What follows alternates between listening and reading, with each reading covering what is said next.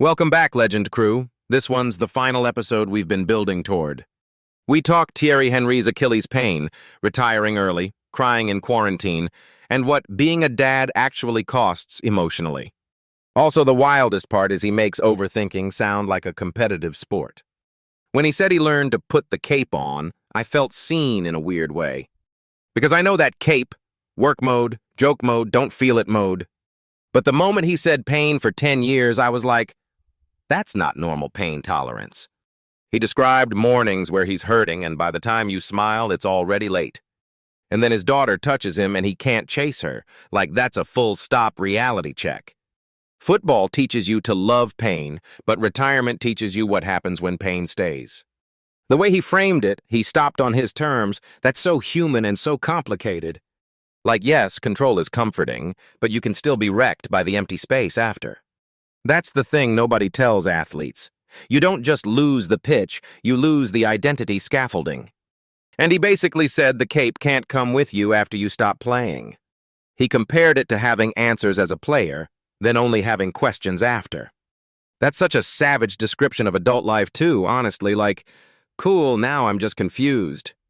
Then he goes straight into COVID and the crying, almost every day, without even knowing why. Not the Hollywood crying, but the movie isn't even sad and I'm still tearing up kind. And he made it sound like vulnerability was a door that suddenly opened, not something he chose. Which is refreshing, because we're always told, just choose healing, like it's a button. I did like his pushback, though. He didn't diagnose himself confidently, just recognized patterns later. He's like, I'm a human, I have feelings, which is the most therapist-ish, non-therapist answer ever. The part that hit hard was him saying emotions are normal, but don't become the emotion. That line is basically the whole mental health discipline in one sentence. Observe, don't dissolve. But you can feel how hard it was for him, because as a kid he would shame crying immediately. He described seeing someone cry and being like, what are you doing? That's conditioning, not personality. And he's honest that he wasn't trained to deal with vulnerability, so it just leaked later. I love how he explained it with the inner child and the tightrope image. That tightrope, balance heart and brain with the inner child connected, sounds poetic but also painfully practical. Like, if you overdo one side, you fall, but if you overthink, you still fall, just more efficiently. And he ties it to overthinking being tied to his need for explanations, which is very coach brain. Did you notice he talks about absorbing the answer like it's not enough to know? You still have to understand and do. That three-stage thing, know, understand, behavior change, he made it sound like training for emotions. He basically said you can know the gym is good, but you still don't go, same as I know therapy works. I'm with him, though. Understanding without action is just intellectual cosplay. Then we jump into fatherhood, and he's like, my biggest challenge is being a good dad. That's such a humbling line from someone who's been a global legend. Because on the pitch, he knows what to do, but at home, he's like, I'm trying to connect, but it feels awkward. He even said he feels like he's faking it sometimes when he says emotional things. And the scariest thing is he's describing how men are trained to hide weakness. Then later, you don't know how to stop hiding. Be a man becomes a code word for don't cry, which is wild because crying is just biology.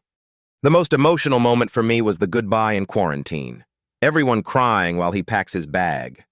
He realizes they see him as a human, not the football player with the cape. That's the contrast between performance love and presence love, and he felt the difference instantly. Also, the Patrice Evra story, are you happy? And he bursts into tears. Come on, that's the exact kind of permission question we need.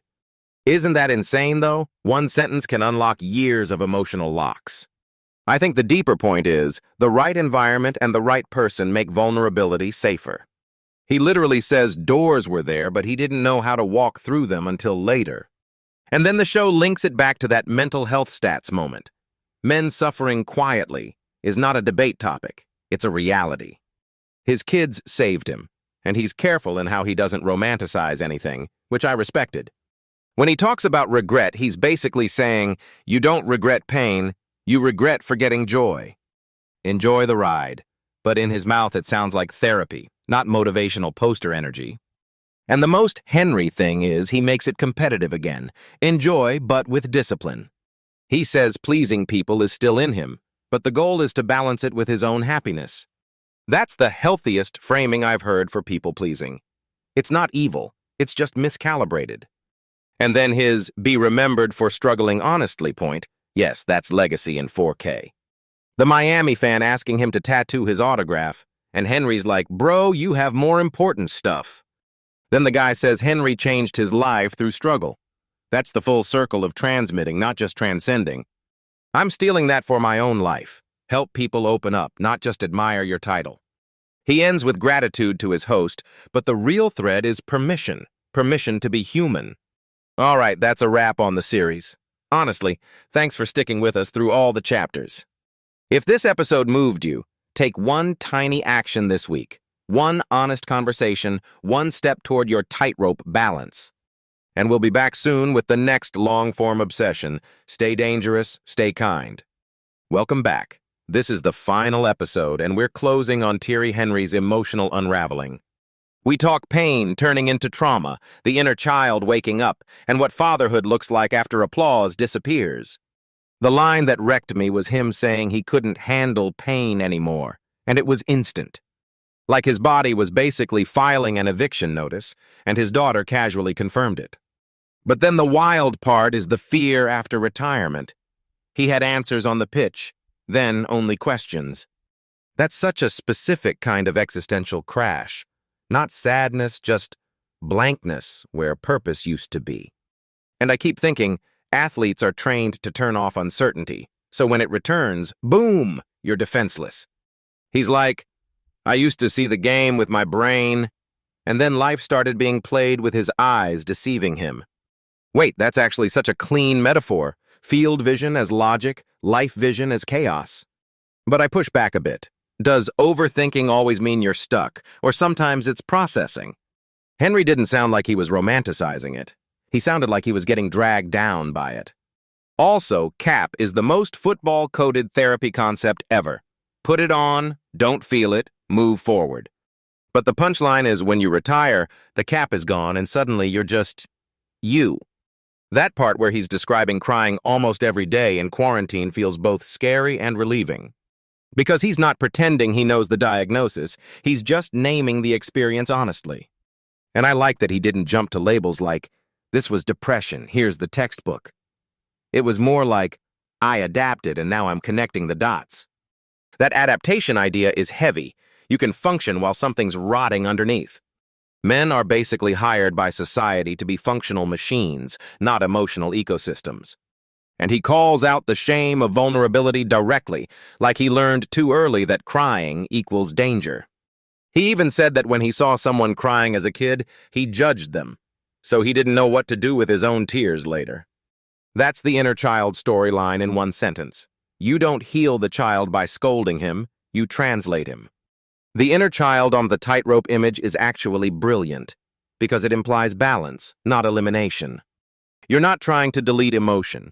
You're trying to walk with it without falling. But does he make it sound too controllable? Like you can just balance heart, brain, and inner child and everything works?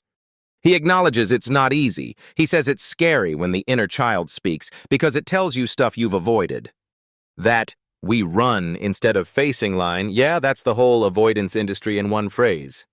And COVID forced the pause button because you couldn't just chase a season, a flight, a schedule, a version of yourself.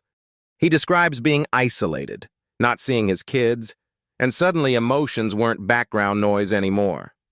Then there's that moment when he's about to leave again and everyone starts crying. His little me finally gets recognized. That was the turning point. Not the medals, not the cape, but being seen as a human leaving.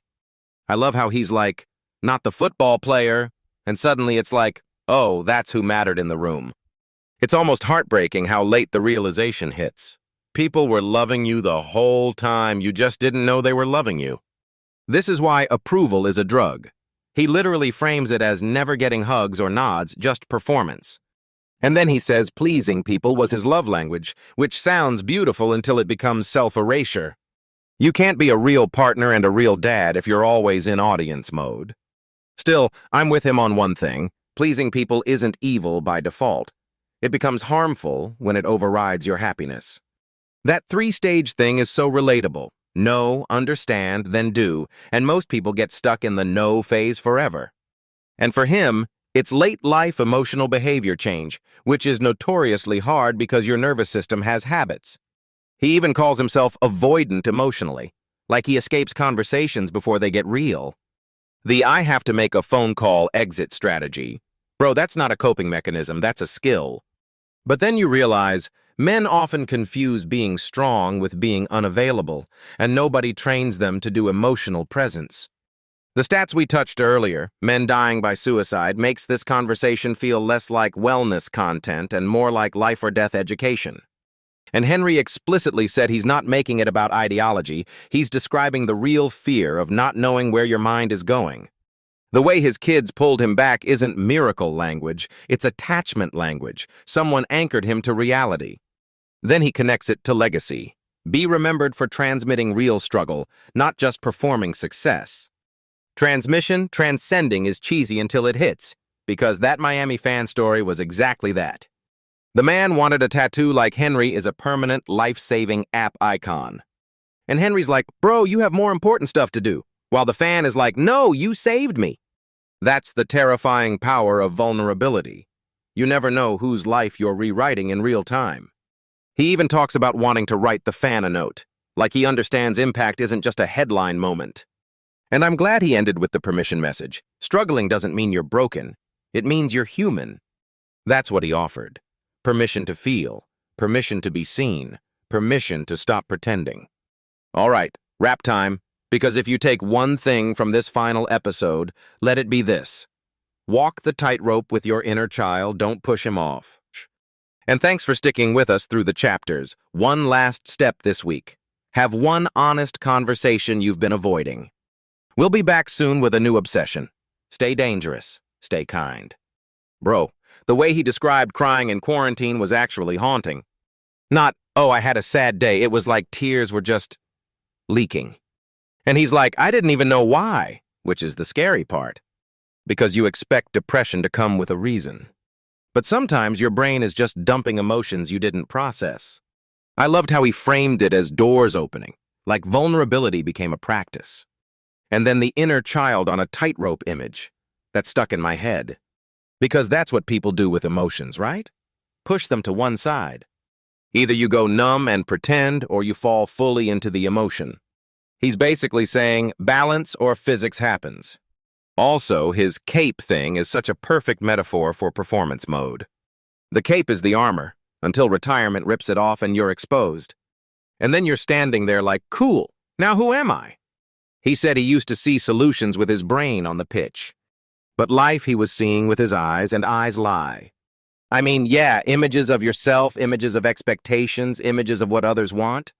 That's why his biggest fear was, I'm letting people down. That's such a lonely fear for someone who's supposed to be unstoppable. Meanwhile, he's like, I didn't know I was depressed, which is so relatable. Like the brain is trying to live on autopilot until it can't. And he's careful too. He doesn't pathologize himself like a quiz result. He just says, in hindsight, it might be that. That humility matters. But what really hit me was the male loneliness statistic talk you brought in. Because he's basically proving the point without trying to make it a point. Like the moment he said, my kid saved me, that's not a slogan. It's a lived dependency on love, not weakness. And the scene, him packing bags and everyone crying, that's cinema, but real cinema. He finally felt seen as a human being, not just a football player. That's the missing ingredient for a lot of dads who perform competence. He was saying he'd always please others, and pleasure became a coping strategy. If I keep everyone happy, no one looks at my pain. Classic maneuver. But then COVID removed distractions and forced the body to show up. You can't outrun your nervous system forever. I also liked his definition. Anger is normal, jealousy is normal, just don't become them. That don't become jealous anger line is so practical for everyday life. But it's hard because when you're trained to be tough, emotion feels like betrayal. He said when he was young, he'd see someone crying and be like, what are you doing? That's generational conditioning. You don't unlearn it overnight. And he kept mentioning approval, never hugging, never nodding, like love was transactional. That's why he struggled to connect as a dad, even when he genuinely wanted to. He literally admitted feeling like he's faking it when he tries to be emotional. That's the avoidant pattern. Avoid the feeling so you don't feel exposed. He even called his escape routes as phone calls from emotional conversations. And I'm sitting here like, bro, we all have the same exit strategy. But then his whole point is, awareness is a beginning, not a cure. He's basically saying therapy tools, explanations, and new doors. Those help you walk again. And he talked about the 3 stages: knowing, understanding, then doing behavior change. Because I know the gym is good doesn't make you go. You need the why, and then you need repetition and support. That's what he got in hindsight. He couldn't explain his emotions in real time. So he used reflection to digest them later, and he needed help to do it safely. Also, the body heals itself line. He's confident but not naive. Like, yes, healing happens, but you can still walk weird if you never process what happened. That's why he kept saying he adapted, not that he was okay. I think the most powerful pivot was, my biggest challenge now is being a good dad. Not I miss football, not I need closure, but I want to be present. Which is such a brutally honest new chapter goal. Then he ties it back to the thing he wanted from the beginning: explainers. He's still the guy in class like, wait, how do you know what the author meant? That trait helped him on the pitch, but in trauma it can spiral. Overthinking becomes self-lowering when you can't get a satisfying explanation. Yet he's learning to live with not knowing, which is huge for someone like him. That's actually the tightrope, curiosity without self-punishment. And the fan moment in Miami, he got emotional because impact finally landed. The fact he asked for permission to tattoo the autograph says everything. You changed my life. I didn't know what to say. That's not performer energy. That's human humility meeting someone else's pain. All right, okay, my wrap is this. He didn't try to be invincible anymore. He tried to be real, and that became a kind of strength. So if you're stuck, stop pushing your inner child off the rope. One honest conversation you've been avoiding, do that this week. We'll be back soon with a new obsession. Stay dangerous, stay kind. Welcome back. This is the final episode, and we're going deep. We talk how Thierry Henry mapped his pain, trauma, and vulnerability after football, especially through fatherhood. And the whole inner child on a tightrope metaphor is wild because it's not cheesy. It's like he's basically saying, don't drown in emotion, but don't ghost it either. Also, that Achilles story with the daughter touching him, bro, that moment broke me. Because he's describing the exact second pain stops being tough and becomes, I can't move. And then the terrifying part is post-retirement. The cape drops and suddenly he's got questions. Too many questions, brain thinking, other thinking is the most honest sentence ever.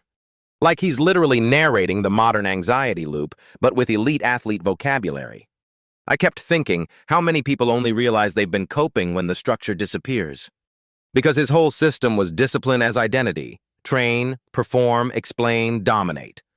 Then COVID hits, he's isolated, and the emotions start leaking out without permission. Crying almost every day for no reason is such a specific kind of scary. And the way he framed it, anger normal, jealousy normal, just don't become the thing, yeah, that landed. I loved that he was careful, not dramatic. Like he's giving you tools, not just trauma poetry. But he also openly admits he didn't have those tools back then, especially as a young, tough guy.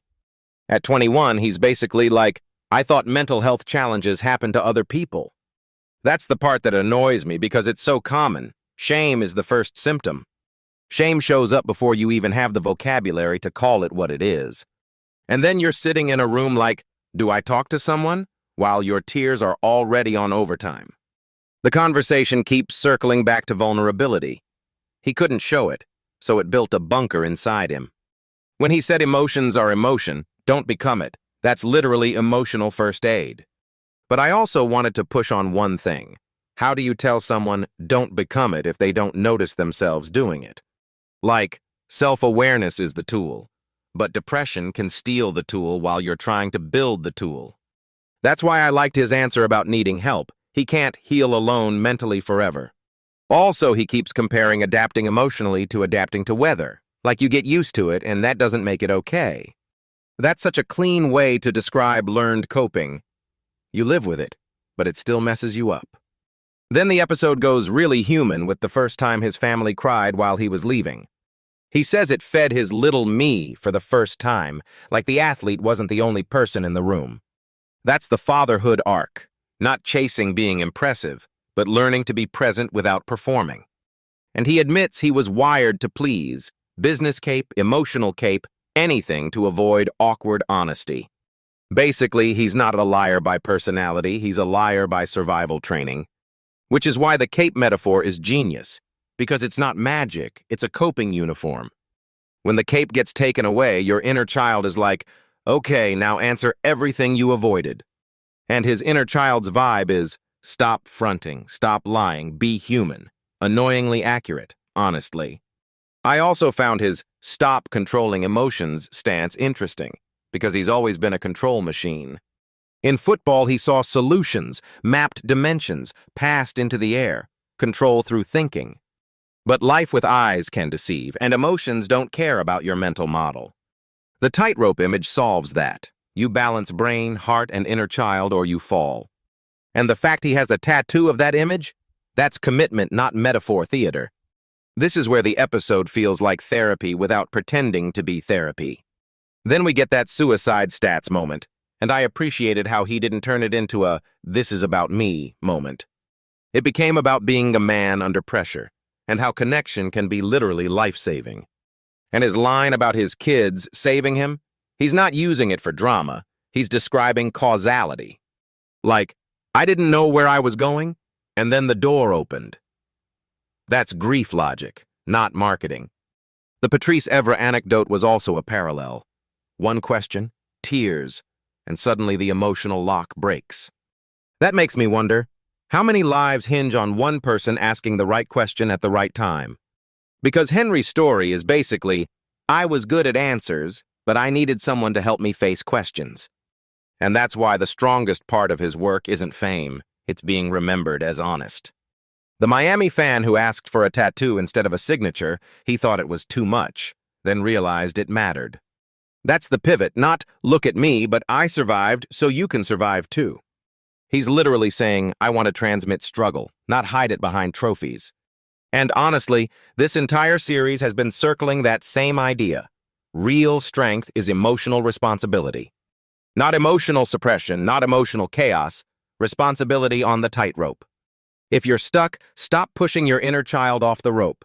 One honest conversation beats 1,000 distractions. All right, okay, wrap is, he didn't chase invincibility, he chased truth, and that became strength. That's it for today, for this episode, for this 2-part run. Appreciate you for staying in the arena. We'll be back soon with a new obsession. Stay dangerous, stay kind. Welcome back, brother. Final episode of the run, but the themes get heavier, faster. We're circling how Thierry Henry processed trauma, depression-adjacent feelings, and fatherhood after retirement. The moment his Achilles story turned into crying every day in quarantine, my brain did the full backflip. Like the guy is a global legend, and then you hear him talk about pain that never stopped. But it's not even pain like my ankle hurts, it's pain as a mental cage, right? And the inner child stuff, he didn't do therapy vocabulary earlier in life, but it's the same map. He's basically saying, I wore the cape so I wouldn't have to feel the thing under the cape. The cape is performance, coaching badges, pleasing people, anything except actual contact with emotions. And that's where I got mad because everyone thinks strong means never vulnerable. But Henry's like, no, strong is choosing vulnerability on purpose and still walking forward. The daughter moment in New York. He couldn't chase her because he was hurting every morning. And then the realization isn't I'm weak, it's I can't keep lying to myself. That's the pivot I can't stop thinking about. Retirement didn't just end football, it ended the cape. When the routine disappears, he says all the questions come rushing in. Who was I? What kind of man was I? I swear that sounds like every overthinker's group chat on fire. Except his group chat is his whole life. Memories, behavior, whether he was a good guy or not. And I respect that he doesn't pretend he had the label depression in real time. But he still connects it. Crying every day, no clear reason, and vulnerability showing up like a glitch. He's watching movies and crying, and he's like, I don't know why. That's so painfully human. Also, the way he frames it, emotions are normal, just don't become the emotion. I'm curious, though, how do you draw that line in real life, not in a perfect sentence? He talks about balance like a tightrope, heart, brain, and the inner child all in the same shot. And he's even got a tattoo image of the tightrope, like, I need a symbol to remember how to behave. That's actually the most athlete thing ever. Your mind needs a graphic, not a TED Talk. It reminded me of something. When you're competing, your brain has a script. Then life deletes the script. In his case, COVID deleting the schedule meant he couldn't run from the inner processing anymore. He says, we run instead of facing, and that hit me, because work becomes anesthesia for feelings. And he's not accusing himself like a villain, he's saying, I just did what I knew. That's why the fatherhood part isn't just mental health story, it's an operating system change.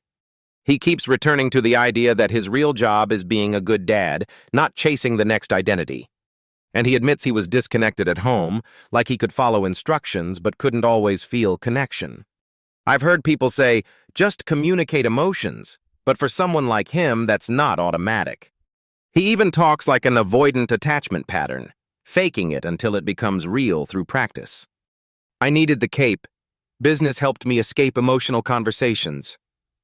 That's both funny and brutal. And then he flips it, the kid's reaction, crying when he packed his bags. He realizes they see him as a human. He says for the first time his inner child got fed with love. That was the unlocking moment, like a door creaking open after years of pretending it was locked. It matches Patrice Evra's story too. Right question, right time, tears you didn't know you had. Funny thing is, the world rewards toughness. But intimacy is where the toughness actually gets tested. And he goes even further. He calls out how we judge the book by the cover while telling kids the opposite. That whole appearance hypocrisy thing, like walking in with a tracksuit and acting surprised people judge you. It ties back to his inner child. If you weren't allowed to be seen, you learn to hide the parts that need care. Even the mental health stats I mentioned, men dying by suicide, are the consequence of silence, not inability. Henry never made it about, I had it worse. He made it about, talking to someone might change the path. And he's super clear. You can't self-solve everything mentally. You need help sometimes. I do wonder, though, when you say need help, what does that help actually look like day one? He doesn't hand out a checklist, but he does give the framework. Know, understand, then do behavior change. Basically, awareness is step 1, but the gym is still step 3, bro. He's like, we all know things are good, we don't do them, then we wonder why we're stuck. And the 3-stage stuff is why his story lands. He's not only sharing pain, he's describing process. What I respect most is he keeps coming back to responsibility instead of self-pity. He says he wasn't sad. He was looking for an explanation. Then later he finds it in vulnerability. That's such a specific psychology, though. Needing logic, needing reasons, and then learning not everything gets a reason. And when you can't get a reason, your brain tries to control with overthinking, until it breaks the controller. It's like his mind is a coach, and then it retires and refuses to stop coaching your life. Which is why the inner child metaphor is perfect, because your inner kid is still the one calling plays. But now he's trying to be the adult who listens, not the adult who performs. And he tells you the truth. Pleasing people is built into the wiring, so you manage it. Don't pretend it's gone. That's the balance theme again. Trade-offs, not perfection. Then he ends with legacy, not trophies, but what you transmit when people see you struggle honestly. That Miami fan moment, you changed my life, Henry didn't have a script for it, and that's the point. He realizes impact isn't his success, it's his honesty about his human struggle. And I love that he wants the next chapter to be good dad, not next highlight reel. Okay, wrap this up with me. The tightrope isn't emotionlessness, it's emotional responsibility. Not suppress, not chaos, responsibility while you walk. And yeah, series arc solved. He didn't chase invincibility, he chased truth. And that became strength. That's it for today, for this episode, and for this 2-part run. Thank you for staying in the arena with us. We'll be back soon with a new obsession. Stay dangerous, stay kind. Welcome back, you beautiful chaos gremlins. In this final episode, Henry walks us from career pain into inner child healing and fatherhood accountability. And honestly, the tightrope metaphor is doing so much work. The first gut punch was that moment with his daughter, and the Achilles pain. Like you can't even chase your kid. How do you not spiral from that? But he doesn't romanticize it. He just admits he couldn't handle pain anymore. That "I was lying to myself" line? That's so painfully honest. And the scarier part is what comes after, when the cape stops existing. The cape is basically performance armor, and retirement turns it off. He's describing that overthinking loop where you replay everything like a court case. And he's not even calling it depression at first. He's saying, "I didn't know the signals." Which is wild because we love to pretend adults should know. But trauma doesn't care about your self-awareness level. It just keeps showing up. Then COVID hits and he's crying almost every day, like zero volume control. That line, crying during movies that aren't even that sad, bro, that's the body talking. He frames it as vulnerability and empathy, not weakness. I love that distinction. Anger is normal, jealousy is normal, just don't become them. That is such a therapist sentence, but in his own words, not textbook words. And the inner child stuff, he's basically building a map to stop running from himself. The tightrope picture with heart, brain, and inner child, chef's kiss. Because it's not balance as a vibe, it's balance as a practice. He keeps stressing you can't just self-heal alone forever. That part is uncomfortable because so many people want the solo redemption arc. Also, the stats he referenced, men's mental health and suicide risk, were heavy but real. He didn't weaponize it, he just connected it to the lived fear and pressure of being a man. And then, his kids saved him, not metaphorically, literally in a moment. The bags on the floor, everyone crying, he finally feels seen as human, not just athlete. It's like the family script was "Don't worry, he's strong," and Henry accidentally glitches that. He wanted to be the tough guy, but the room showed the boy underneath. That's why it connects so hard to fatherhood. You don't get to avoid your own emotional history. He basically says his mission now is being a good dad, and everything else becomes secondary. And he's blunt about pleasing people. He can't delete it, he can only rebalance it. You can't go too far with pleasing others, because then your happiness disappears. The cape metaphor returns, but now it's a tool he chooses, not a prison he lives in. That's the core arc, from control and performance to honesty and responsibility. Even the fan moment in Miami, he realizes impact is about truth, not titles. "You changed my life," and Henry just freezes, because he didn't expect his vulnerability to land. That's the whole thing. His struggle becomes permission for other people to be human. And the closing vibe is basically, don't lie about your inner life, because lying creates distance. Or as he'd say, stop fronting, stop pretending the book is blank. Enjoy the ride becomes enjoy the responsibility, both matter. All right, we're ending the two-part run right here. Thank you for staying in the arena with us. Again, you've been the real ones. Next time, new obsessions, same energy. Stay dangerous, stay kind. Catch you in the next one. Take care of your inner child on the tightrope.